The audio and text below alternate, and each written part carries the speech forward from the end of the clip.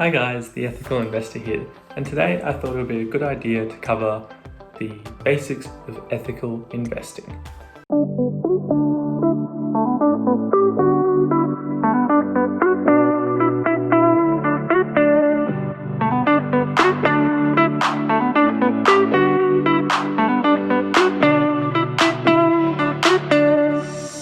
Ethical investing is of course the main focus for the channel and something that I'm really passionate about because I think it is an amazing tool to grow your wealth and achieve financial freedom whilst maintaining your values. For the video today, I'm going to break down the basics of ethical investing into 3 key steps. 1, building a criteria and understanding what you want to invest in. 2, doing your research. And 3, choosing as well as timing your investments.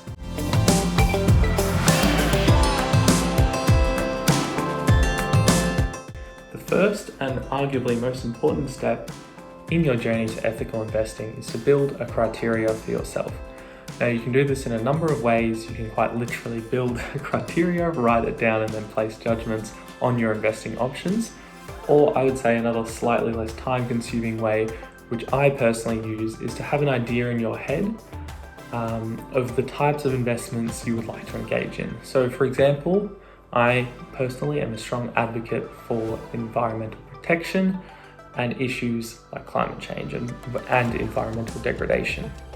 And as such, I wanted to invest in companies that are doing things that benefit this cause. And so this led me to investing in renewable stocks, recycling stocks, and also electric vehicle stocks. This is an example of how you can build a non-physical and non-literal criteria that helps you build a foundation for what you want to invest in. This is, however, only one aspect of building a foundation for ethical investing. The other aspect is understanding what you want to invest in and understanding the jargon involved with investing. For me, a couple of things to understand are the terms ESG, ETF, and index fund. So firstly, ESG. It's a term that everyone will come across in their ethical investing endeavors. ESG basically stands for environmental, social, and corporate governance. And it's a means to evaluate a company on these 3 aspects. Generally, as such, it's a good measure of understanding the ethicality of a company, as it broadly covers the most important aspects toward understanding a company, whether its existence and operations are morally ambiguous or actually indeed ethical.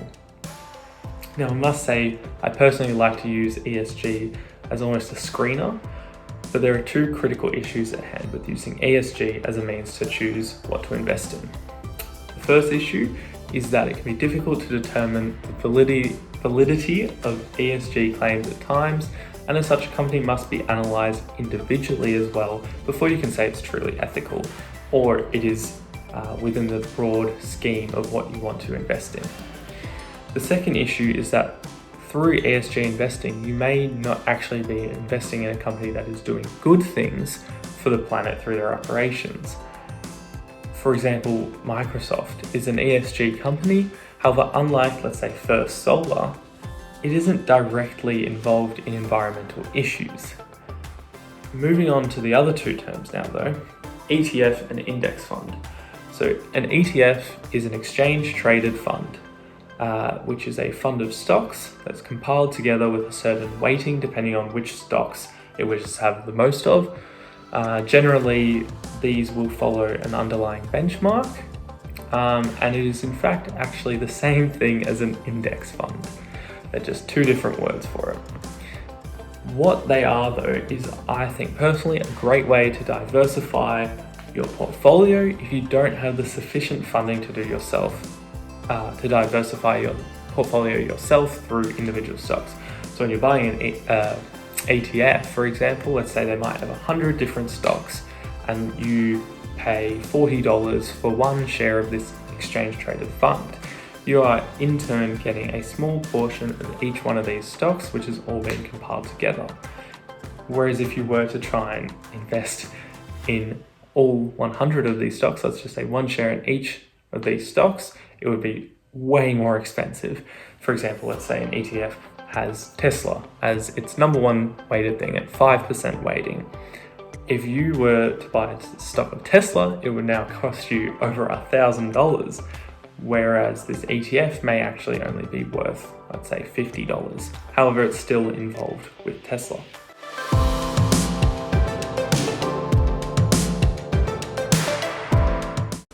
Now that we have established a criteria or kind of general overview and understanding of your investment goals, it is imperative and vital to do your research. So research is incredibly important as you want to know all the details about the companies or the funds that you will be personally putting your money into. There are a number of things you need to look at look for whilst researching. There are technical aspects, there are financial aspects, and then of course there are ethical aspects. Starting with stocks, I'll cover stocks first and then move on to ETFs and funds. So with stocks, in individual companies, there are a plethora of sources that can both provide information and analysis. Now you may be able to use your broker if they provide such information. Otherwise, sources such as Yahoo Finance, The Motley Fool, MarketBeat, and Investing.com are all great sources that I personally use. Then, of course, it's also really useful to visit the company's website and read about their operations, sustainability reports, and obviously their investor relations. However, I do have to say this with a bit of caution. You need to be wary when looking on a company's website, as this information will almost always be portrayed in a good or favorable light because they're strongly incentivized to do so. So I think it's really important that you do look at a company's website before investing in them to get an understanding of their operations, etc.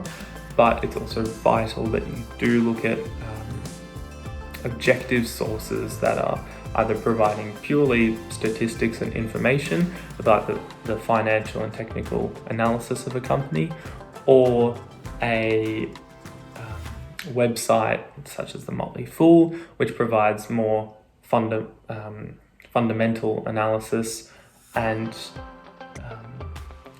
understanding of the company, and explores not only just the financial aspects, but it also explores the operational aspect and the sustainability, etc.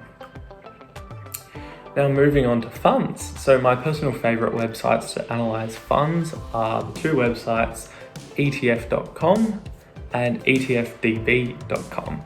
And they both provide quite comprehensive information and analysis about the funds. I think it's really useful as well. You can compare funds on, I think it's ETF.com. You can compare funds that are in similar fields or similar areas, which is really useful to when you're narrowing down which funds you actually want to invest in. I think it's also useful to research into the fund itself via the website of the fund's issuer. So let's say, for example, Vanguard is issuing a certain, let's say, an ESG S&P 500 fund that you're interested in. I think it's really important to not only look on either of those websites that I just listed, but I think it's also really important to look on Vanguard's website itself, because often they do provide a bit more information about the specific fund that you're not going to get on ETF.com. So this may be who's the leading manager of the fund, why they've come up with the fund, what's the reason for it, and obviously some details about their selection process.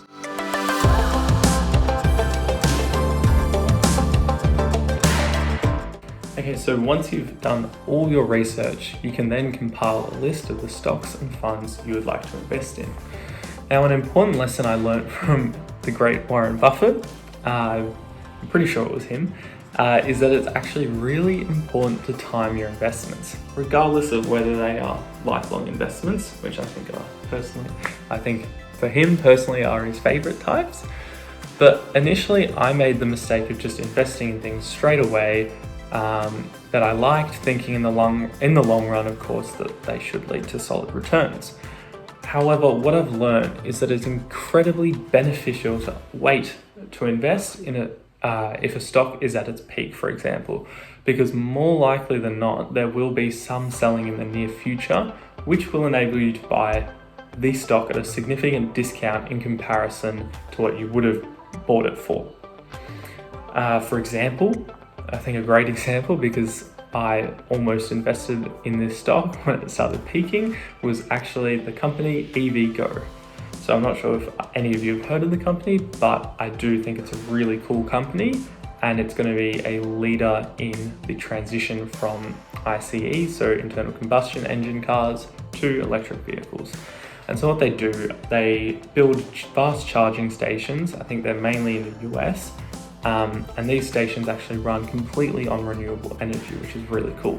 However, their stock recently skyrocketed to over $16 from around $8, so it's a huge jump we're seeing. If you had then purchased the stock, you would have missed out on the potential returns of buying it a week or two later when it's actually corrected to a new price. I think it's currently around $13. And I think actually it will likely go down further again, because this is a growth stock and the revenue and the fundamentals are not quite where they need to be for it to be valued so highly. So this is a great example, I think, of what I mean by waiting and the classic age-old saying of patience is a virtue. Because if you are confident in a stock, then it is really worthwhile to wait until the market undervalues that stock and to then purchase it and invest to try and maximize your returns in the long run. Nevertheless, I do really want to say that when investing, it is always best to have a long-term mindset. And once again, referring to the investing icon, that is Warren Buffett. Ideally, when you are investing, you want to invest in a business that you are confident in and a business that you will hold for life. Okay, so hopefully this video has been helpful for all you potential and current investors who want to start your ethical investing journey. See you next time on The Ethical Investor.